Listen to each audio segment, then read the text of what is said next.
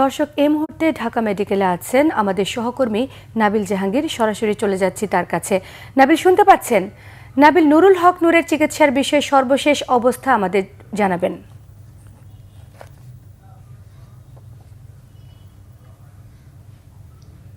সোমা, আপনি জানেন যে গতকালকে আহত হওয়ার পর থেকে নুরুল হক নূর তিনি আইসিইউতে ছিলেন এবং তার জ্ঞান ছিল না। আজকে আমরা যেটি জানতে পেরেছি তার জ্ঞান ফিরেছে, তবে তিনি এখনো কিন্তু আসলে শঙ্কামুক্ত নন। চিকিৎসকরা যেটি জানিয়েছেন, নুরুল হক নূর তিনি আসলে মাথায় গুরুতর আঘাতপ্রাপ্ত হয়েছেন এবং এই কারণে কিন্তু তাকে আসলে অবজারভেশনে রাখা হচ্ছে। তার অবস্থা উন্নতি হয় কিনা সেটি আসলে ডাক্তাররা দেখছেন।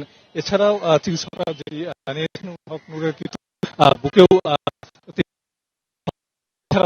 গণঅধিকার পরিষদের তিনি বলেছেন রাশেদ খান, তিনি শুধু সাংবাদিকদের কথা বলার সময় অন্তর্বর্তী সরকারের কাছে একটি দাবি জানিয়েছেন যে নুরুল হক নূরকে বিদেশ থেকে উন্নত চিকিৎসা যাতে নিশ্চিত করা হয়।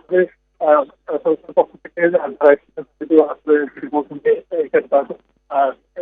সর্বোচ্চ যে চিকিৎসা সেবা সেটি নুরুল হক নূরকে দেওয়া হচ্ছে। তবে যেহেতু তিনি তাকে কিন্তু চিকিৎসকরা কিছুটা অবজারভেশনে রাখছেন। অবজারভেশনে রাখার পর হয়তো পরবর্তীতে যেই কথা বলার সময় তারা হয়তো জানাবেন যে সাধারণ বেডে স্থানান্তর করা হবে কিনা। কথা বলার সময় তারা হয়তো জানাবেন যে আসলে নুরুল হক নূরকে কি সাধারণ বেডে স্থানান্তর করা হবে কিনা।